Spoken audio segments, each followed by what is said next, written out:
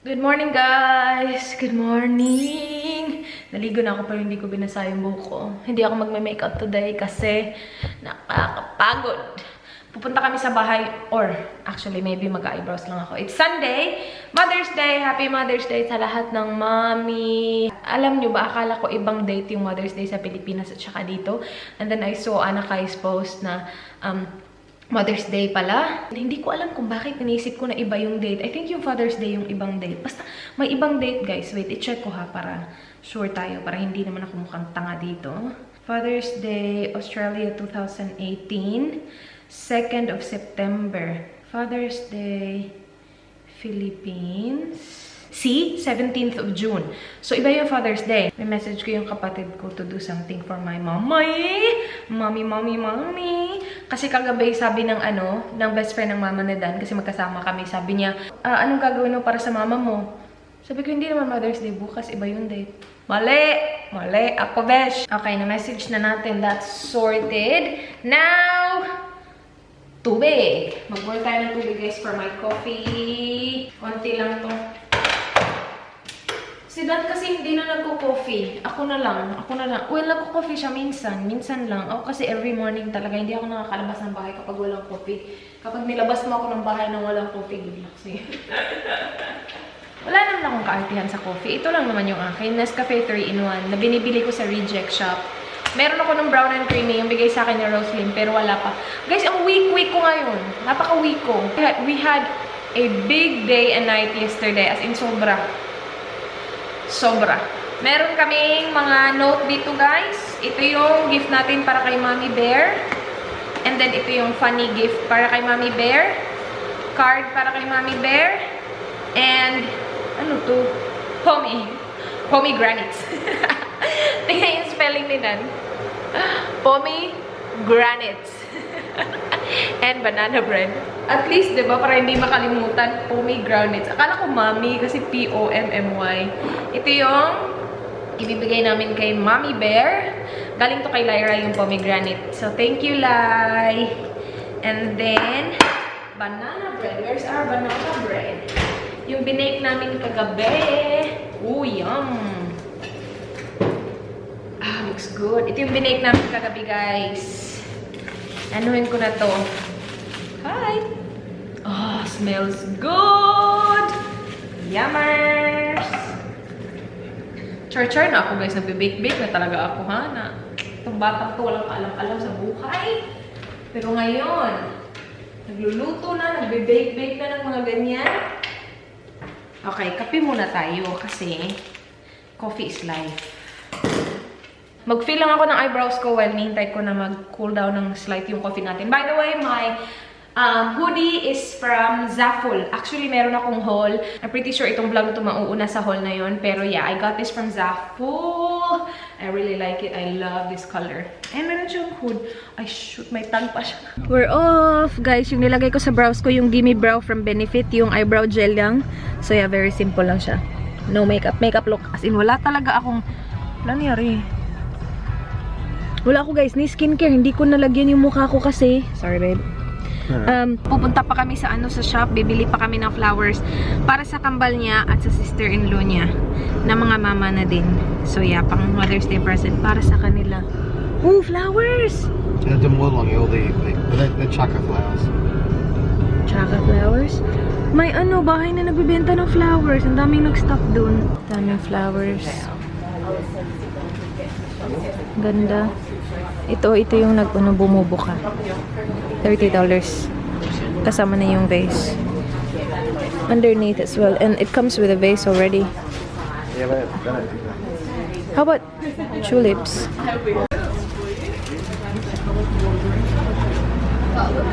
Guys, may aksidente ata, oh. May mga police, tas close yung road dun. Dun sana kami dadaan, straight kami. Kaya lang hindi pinapadaan, pinapaliko dun, pinapaleft.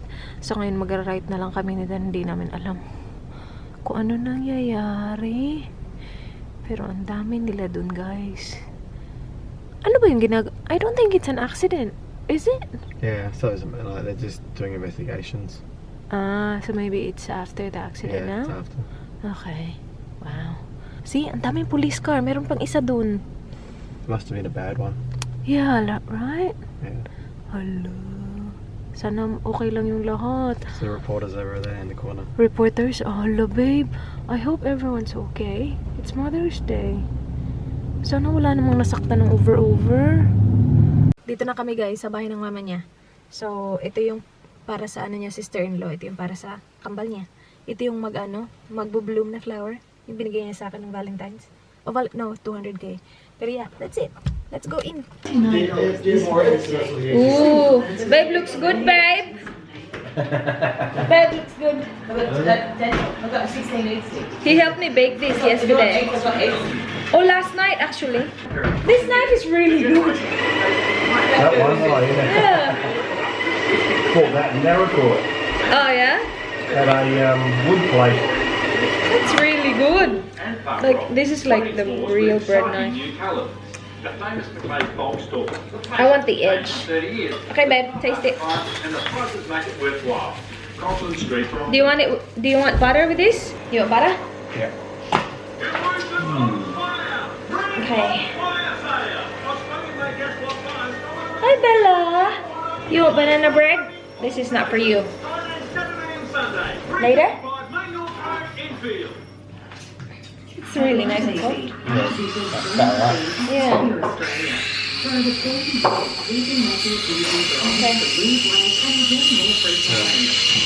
Yo.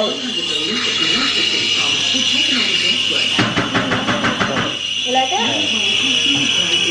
Yeah, man. Perfect. Yeah.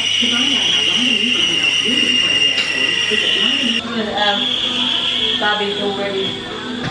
No, yesterday was very full on. I was so tired. Bella. Bella. Bella. Hey. Guys, nandito kami sa Harvey Norman. Bili lang kami ng what are we buying, babe? External hard drive para kay Dan. Gusto niyang yung mga files niya. Like, work stuff. Anyway, dito kami. Katapos lang kami mag-breakfast. Sobrang sakit ng ulo ko kanina. Nag-headache tablet na ako, guys. Pero, medyo still feels not 100. How about that? Okay na. Not 100%. But, yan. Dito kami sa Harvey Norman. And then, hindi namin alam kung anong gagawin namin after.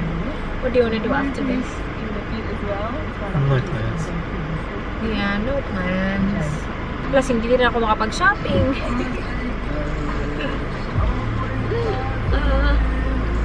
It's hot and cold. Mainit. Mr. Sun is out, but it's cold. And walang parking. I have that. Which one's this one here that got here? It's slim. Tech 2. Tech 2. Tech 2. Tech 2.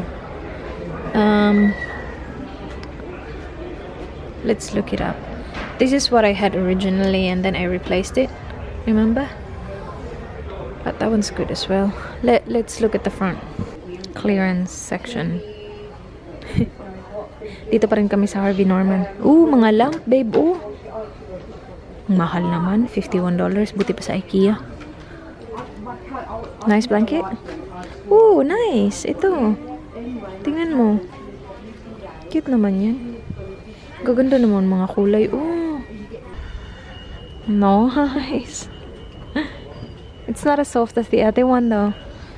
Yung isa dun, yung white, tinry ko yun. Yun. Napaka-soft niya. This one is a bit hard. It's just fancy. Fancy! That's the king side. Show them how I sit. Hindi ko matouch yung ground, guys.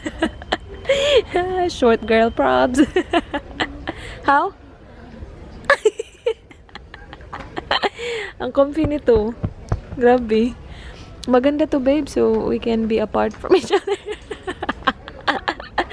Okay, let's go to where are we going? Good Guys. Good Guys. Punta kami Good Guys, guys. Meron na kami nakita doon yung Seagate, same nung akin.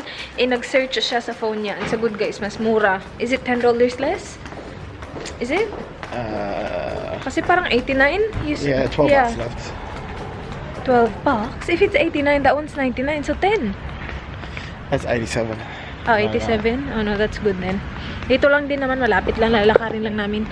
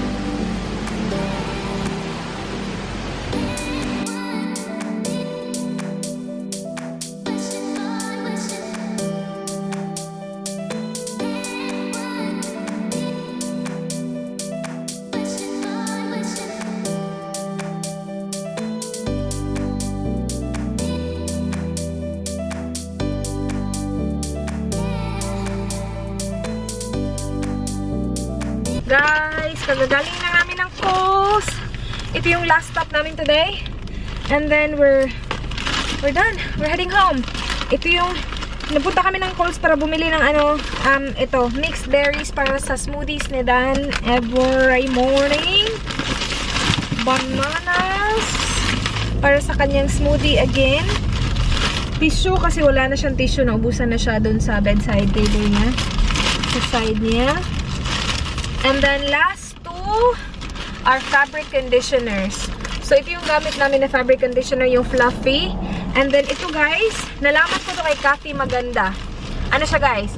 Fluffy din siya na, sachet na fabric conditioner. Ang bango niya guys. So gagawin namin siyang car freshener.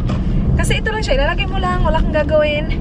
And nagpapabango siya ng sasakyan. Where do you want me to put it? Oh, we'll put it in the back door. Back door?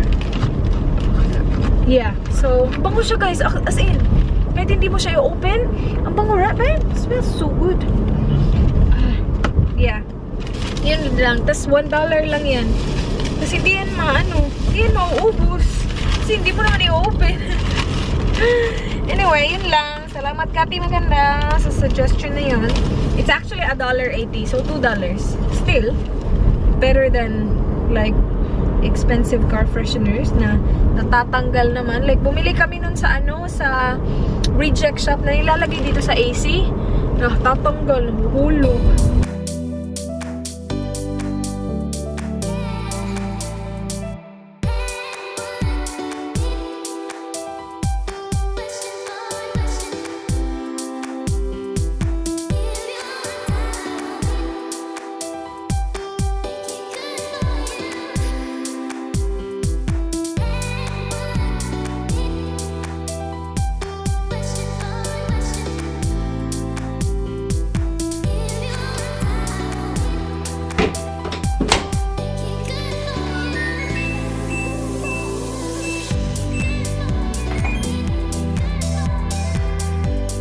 Hi guys! Sobrang hapon na guys, actually. Paggabi na, 5:30 na ng hapon and magluluto ako ng munggo. Sobrang weak ko guys. Nakaano lang ako, nakahiga lang ako ng 1 oras kasi gusto ko mag-nap. Kaya lang hindi ako makatulog kasi masakit yung ulo ko kanina. Inisip ko, meron akong 2 tablet na tinake.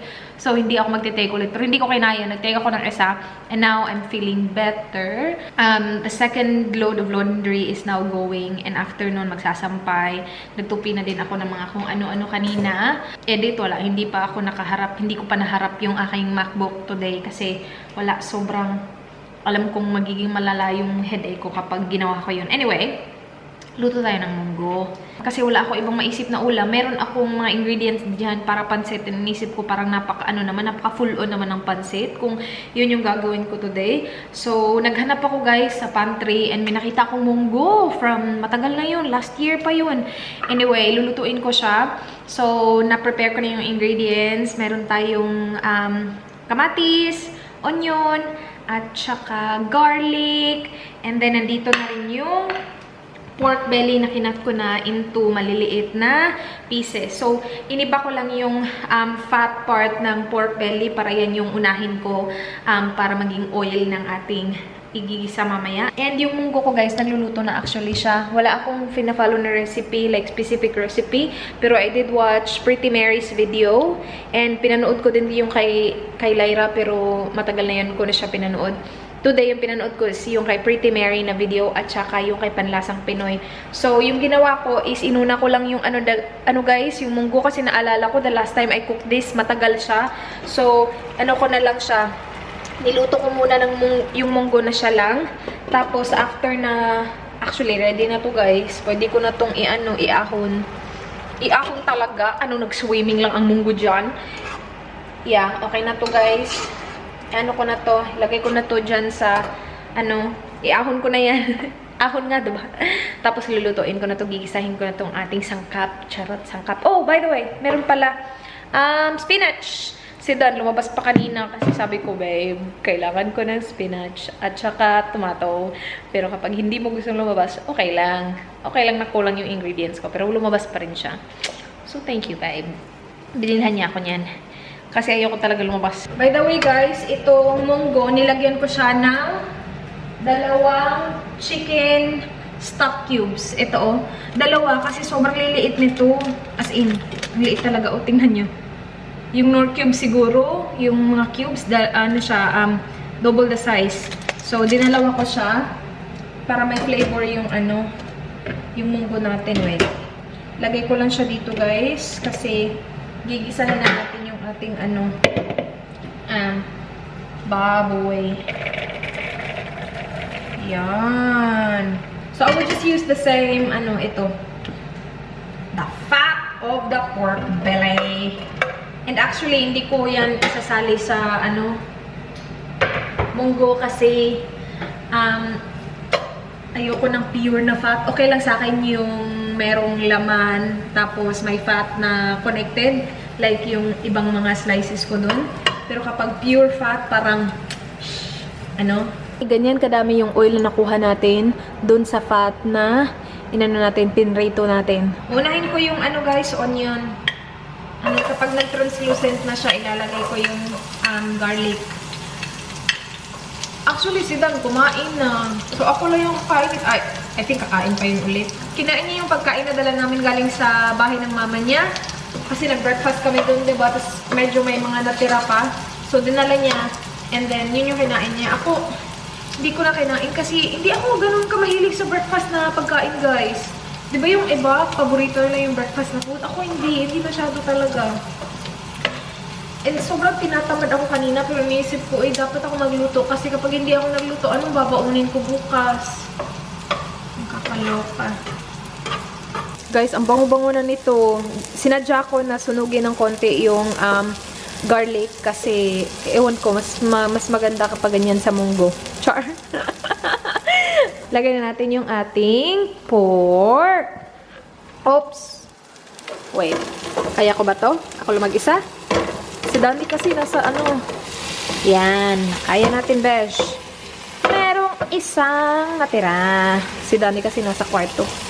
Ganyan na yung itsura ng ating meat, guys. And because bagoong is life, nag-add ako ng isang full spoon ng bagoong dyan. Ito yung bagoong nagamit ko. Barrio Fiesta. Yung spicy. Okay, now ilagay na natin yung munggo. Okay na to. Guys, ganito na yung itsura ng ating munggo, guys. So, last step is ilagay yung ating spinach. So, nilagyan ko to ng pepper at saka salt kasi tinikman ko siya kanina and okay na siya. Lalagyan ko sana siya ng patis eh. Kaya lang, okay na yung flavor niya with the bagoong. So, hindi ko na lang siya lalagyan ng patis. Nilagyan ko lang siya ng konting salt at saka pepper. And now, ubusin natin tong ating spinach. Okay, natakpan lang natin yan para ma-steam yung spinach. And then, para maano natin siya, halo natin siya. And then, yan na yun, guys. Luto na! Guys, kain tayo, guys. Ito na yung ating ulam. Yummers! Anong oras na ba? Kailangan ko pa mag-edit ng thumbnail. 6:22. Mainit-init pa. Masarap yung may bagoong, guys. Kasi kasi medyo spicy ng konti. Sarap. Nakakatuwa yung mga kapatid ko. Kasi diba kanina sabi ko, kaka-realize ko lang na same pala yung Mother's Day date ng Pilipinas at saka dito. So, message ko yung mga kapatid ko. Sabi ko, uy, gumawa kayo ng something dyan, ha? And, kagawa sila, guys. Bumili sila ng flower. Tapos sila pa yung ano ba yun? Kasi yung binili nila na flower lang. Walang yung hindi bouquet. Sila pa yung gumawa ng bouquet, tapos bumili sila ng cake para kay mama. Nakakaloka. Sabi ko, kayo na talaga. Nakaka-proud kasi hindi naman ganyan yung mga yan. Lalo na lalaki, diba? Nakakatuwa lang. Ayan guys, tapos na tayo sa gawaing bahay now. Nakaharap ko na si MacBook. Mag-edit ako siguro ng isang video, tapos matutulog na ako. Sinabi ko kay Mister na wag mo akong galawin. Anong galawin? Wait, no joke. Hindi ganun. Like, wag mo akong kulitin, mga ganun. Sabi ko sa kanya, wag mo akong kulitin kasi sobrang kulit niyan, guys. Sabi ko sa kanya, wag mo akong kulitin na kasi masakit yung ulo ko, lahat. Alam niyo ba ginawa? Nandito lang siya sa kwarto, nag-chill lang siya. Hindi niya talaga ako kinulit kasi alam niya kapag kinulit niya ako, good luck sa kanya. Nandito lang siya. Swerte-swerte ko kung bait-bait nitong buang na to. Nakakainis. Tinatry pa rin niya na tulungan ako. Like, narinig niya na tapos na yung laundry. 2 beses, diba ako mag-laundry. Narinig niya kasi gumagano'n yung ano namin washing machine. Tining. So, natapos na. Sabi niya, tulungan kita, ako na.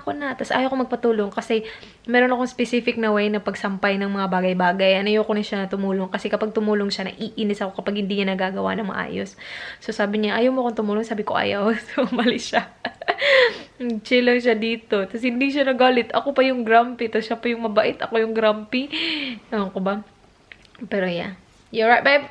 Good mood pa din kasi siya, guys. Kasi, diba, nanalo nga yung team niya. Ako naman yung grumpy kasi sobrang pagod na pagod ako. Tapos iniisip ko kanina, wala akong nagawa. Kahit na mayroon naman, nakapagluto ako, nakapag-laundry, ganun. Kasi hindi ako naka-edit buong araw. Kasi nga, nag-breakfast kami, tapos umalis pa. Tapos after pa nun, nagpunta pa kami ng shops. And then, nagpahinga kasi sobrang sakit ng ulo ko. Hindi naman ako makatrabaho nung masakit yung ulo ko. So, yun. Pero okay na ako ngayon. Kawawa talaga siya. Kinakawawa ko talaga. Kawawa naman talaga itong asawa ko eh. Anyway, yun na yung vlog, guys. Sobrang thank you guys for watching.